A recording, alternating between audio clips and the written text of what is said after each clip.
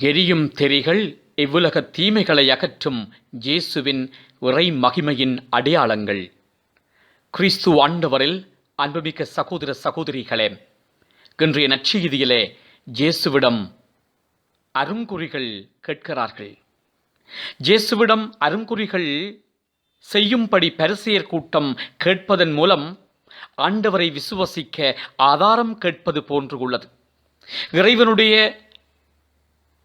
ஆதிக்க கோடு இல்லாத இடமே இல்லை என்பதை அன்று அவர்கள் உணரவில்லை.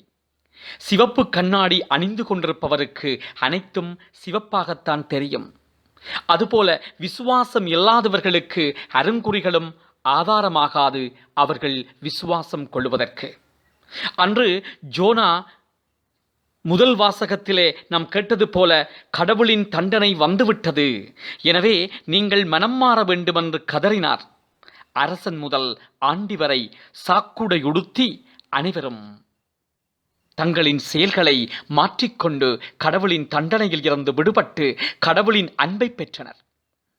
இயேசுவின் செயல்கள், போதனைகள் இவற்றை கண்டவர்கள் பரிசேயர்கள். ஆனால் அவர்கள் விசுவசிக்கவில்லை, மாறாக அடையாளம் கேட்டனர். என்ன அவர்களின் மட்டமான விசுவாசம் என்று எண்ணத் தோன்றுகிறது. கடவுளை நம்புபவனுக்கு அனைத்தும் நிகழ்வுகளுமே ஆதாரம். நம் எண்ணங்களில் கடவுளின் மீதான விசுவாசத்தை ஏற்கக்கூடிய மனநிலையை பெற வேண்டும். இல்லையென்றால் எப்படி நம்பிக்கை பிறக்கும்? அவநம்பிக்கைதான் அதிகமாக இருக்கும். தயக்கமின்றி விசுவசிப்பவனுக்கு வாழ்வில் அனைத்து நிகழ்வுகளுமே கடவுளின் செயல்கள். நம்முடைய நம்பிக்கை எத்தகையதாக உள்ளது என்று எண்ணி பார்க்க இந்த தவக்காலத்திலே அழைக்கப்படுகிறோம்.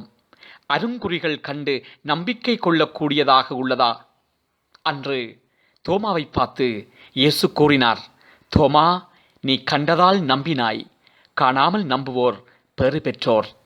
இயேசுவை நம்புவோம், வாழ்வு பெறுவோம். மன்றாடுவோமாக. அன்பான தந்தையே இறைவா, இந்த காலை வேளையில் உம்மை போற்றி புகழுகிறோம்.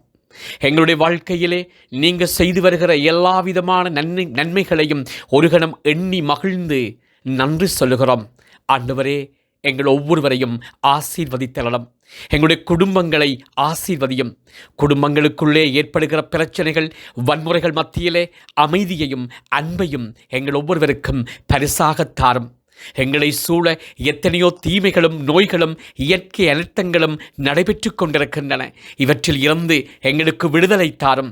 வாழ்வின் பாதையை நோக்கி எங்கள் ஒவ்வொருவரையும் கரம் பற்றி வழிநடத்தும். நாம் ஒருவரை ஒருவர் நேசிக்கவும், ஒருவருக்கு எங்களுடைய வாழ்வை பகிர்ந்து கொள்ளவும், மற்றவர்களோடு சேர்ந்து ஒற்றுமையையும் சகோதரத்துவத்தையும் விதைத்து உம்மோடு சேர்ந்து பயணிக்க கற்றுத்தாரும். நல்ல தந்தையே, ஆமேன்.